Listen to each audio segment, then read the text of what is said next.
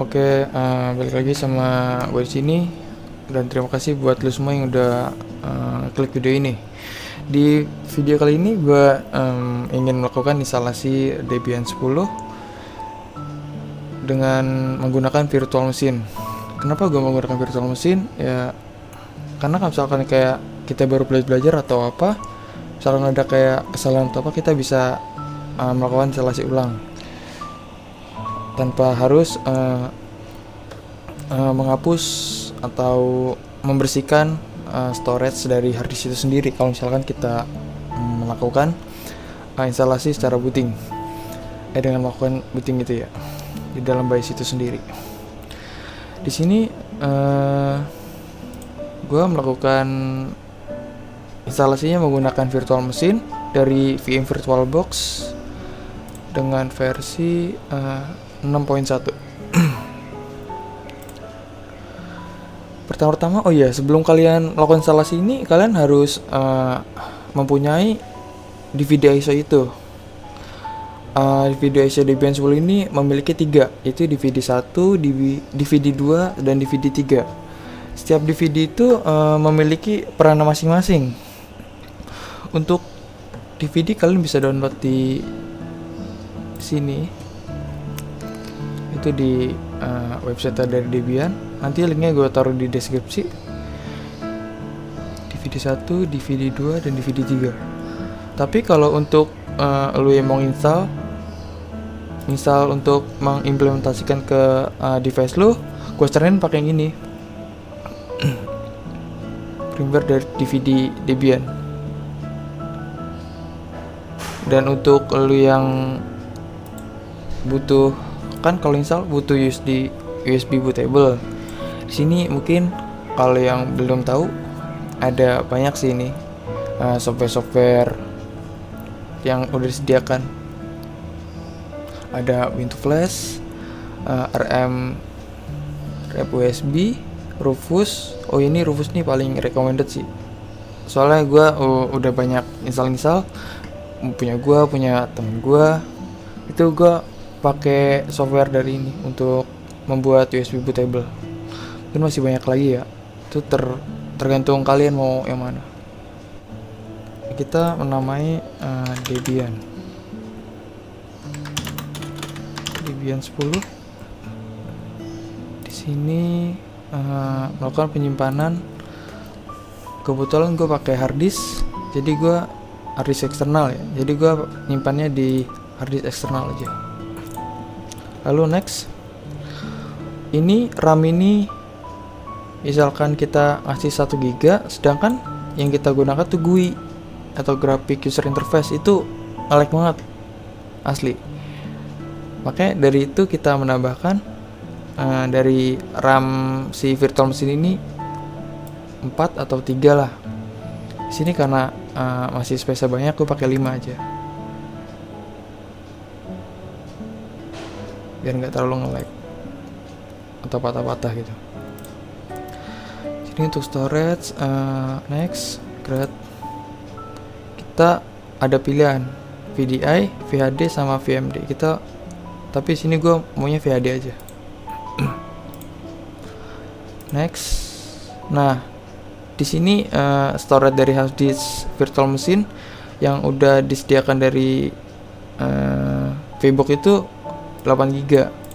Kita bisa custom sendiri, misal kayak mau 50 GB atau berapa, itu terserah. Gua berapa ya, 50 ya, nggak apa-apa deh.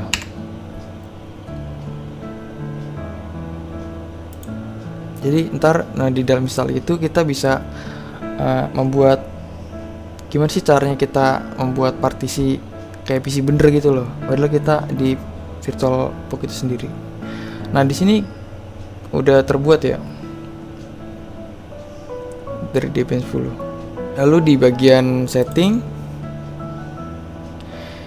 lalu untuk kayak kalian untuk menambahkan RAM atau apa bisa di sini di RAM bagian virtual machine-nya. Lalu di network ini kebetulan untuk contoh kali ini kita menggunakan NAT aja, atau mungkin buat kalian yang ingin mencoba gimana sih kayak client server gitu, kalian bisa atau menggunakan kabelan, kalian bisa merubahnya di bagian sini.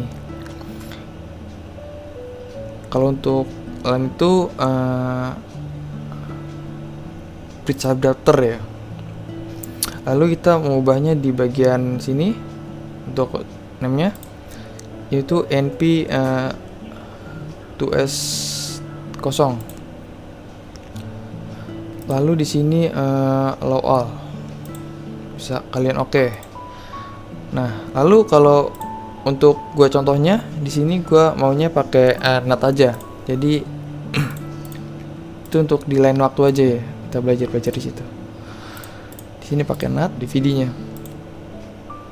Nah, DVD sini kita masukkan DVD 1 dari Debian.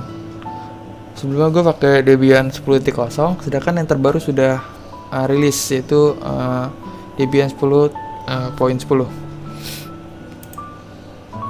Kita menggunakan DVD 1 ya.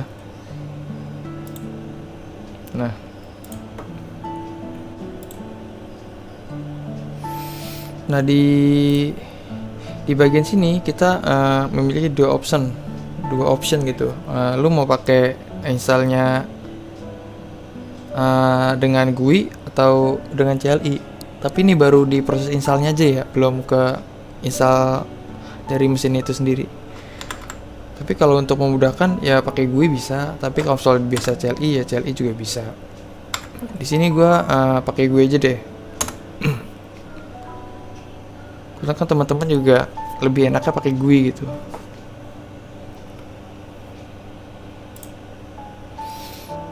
Nah, di sini kita pilih bahasa Inggris saja.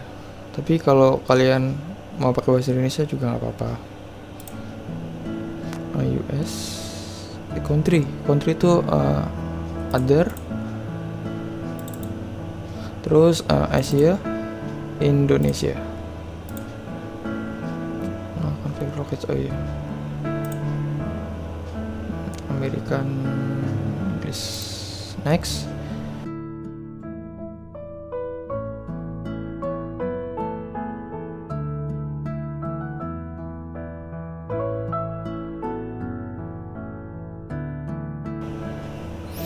Nah, lalu di sini untuk hostname-nya kita ngasih nama Debian aja deh ya. Untuk passwordnya, ini untuk password root ya, teman-teman jangan salah, kan di Debian tuh ada dua tuh, untuk password username untuk kalian login, dan password root. Root itu kayak kemode akses dari powerful itu sendiri si sistem. Di sini password rootnya kita menggunakan password root 1, 2 ya, tapi teman-teman jangan menggunakan password itu, password yang lain, tapi yang mudah diingat gitu. 1, 2. Name-nya Dan Rifki. Next. Username your account Dan. Oke, next. Ini untuk yang username ya, itu untuk login. Kita menggunakan password 11. Lupa pak. 11.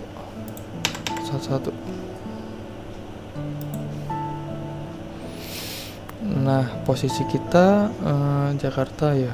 Next.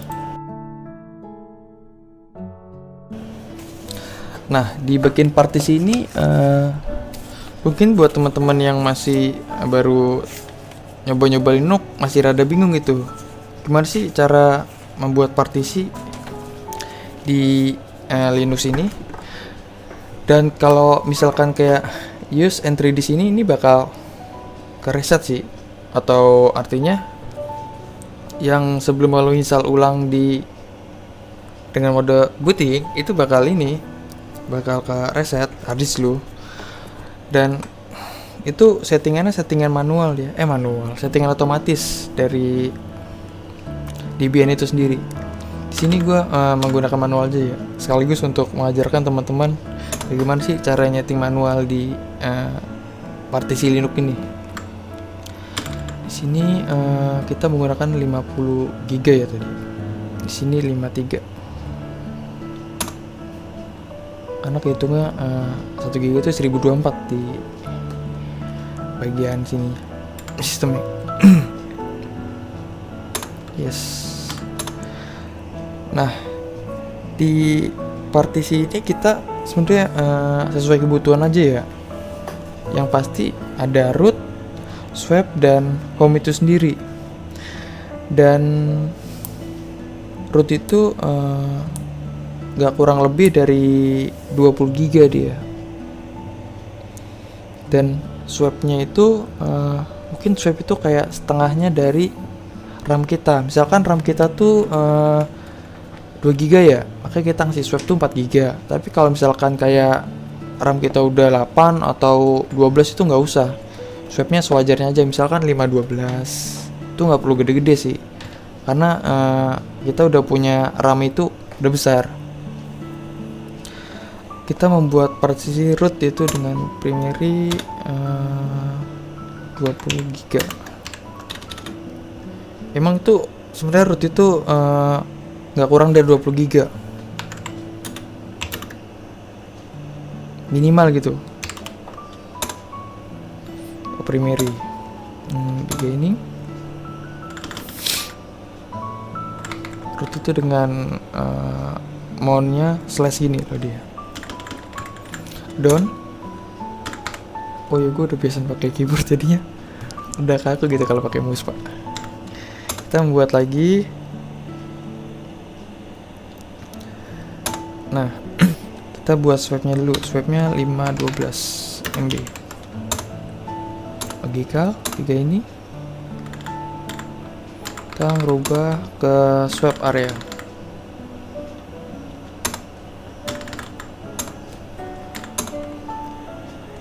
Lalu home ya. Home itu terserah sih, tergantung kebutuhan teman-teman aja. Perlunya berapa? Kita butuh nggak usah banyak, kayak 5 aja dah. Karena kan emang uji coba aja ini. Nah, slash home di sini ya. Lalu apabila kayak teman-teman gitu ya, di PC itu bootingnya dia pakai EV atau UEFI. Itu apabila teman-teman install langsung ya, langsung mengimplementasikan ke device teman-teman masing-masing. Itu dia harus ini diberikan gitu kayak partisinya di situ. Di sini PC di sini nih bisa kalian lihat. Nggak masalah kayak ada EV atau UEFI, bisa kasih 1 GB aja. Itu untuk booting di sistem operasi ini. Mungkin bisa dipahami kali ya penjelasan gue. Nah, lalu karena di sini di virtual machine nggak ada, mungkin nggak usah ya. Mungkin itu kayak untuk install langsung aja. Mungkin ada dia, langsung kebaca di BIOS ya. Lalu di sini mungkin teman-teman nanya ya, kok gimana sih caranya buat file C atau file D gitu loh di Linux ini? Sebenarnya itu bisa, akan tetapi untuk caranya itu berbeda gitu dari Windows itu sendiri. Di sini mungkin sisanya tinggal 28, kita bikin semua aja. Logika. Di sini ext4 udah benar. Dan untuk membuatnya itu dia nggak usah pakai tipe mountnya apa, kita buat aja download mount. Dan lalu kita membuatnya nanti di dalam apa sih namanya, Gparted ya, kayak software dari Linux memanage partisi itu sendiri dia. Salah pak, kepencet. Nah, udah semua ya. Jadi itu gambarannya kalau misalkan partisi Linux tuh seperti ini gitu. Ntar gua kasih gambarannya. Nah, seperti itu. Ini finish saja, oke. No. Yes ring. No. Yes. Setelah udah konfigurasi yang manage di no saja. Mirrornya no. Nanti kita pakai repository lokal. Nyeting di dalam aja. Ini masih proses instalasi, kita tunggu dulu ya. Mungkin ini di sini kita milih desktop environment-nya. Sama apa aja sih harus diinstal di DB nanti. DB Arduino saja.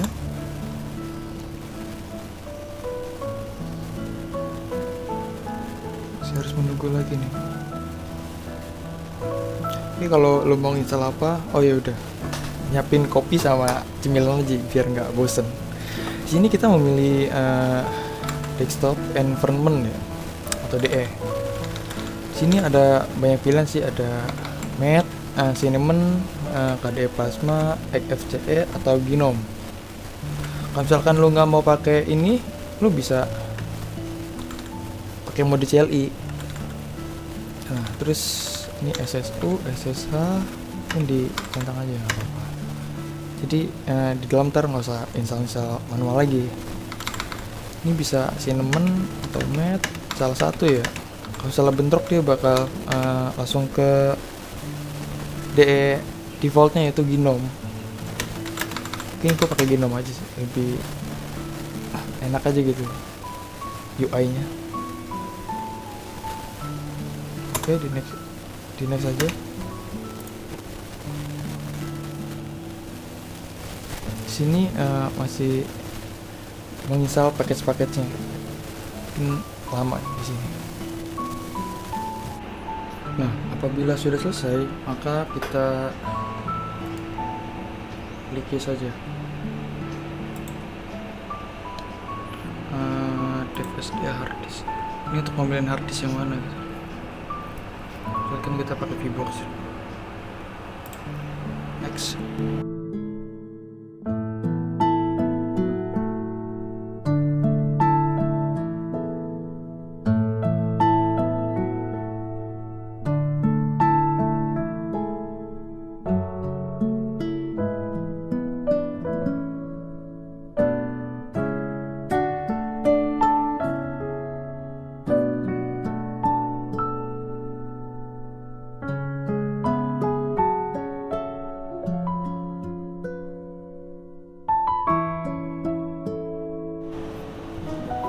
Nah, mungkin instalasi sudah terinstall di sini.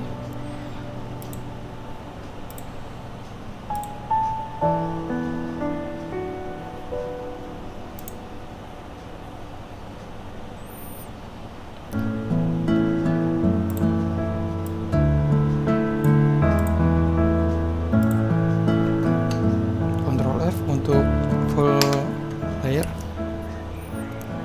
Kontrol tapi yang sebelah kanan ya. Mungkin video instalasi cukup sampai sini. Kurang lebihnya mohon maaf. Apabila ada pertanyaan, silahkan komen di bawah. Sekian, terima kasih.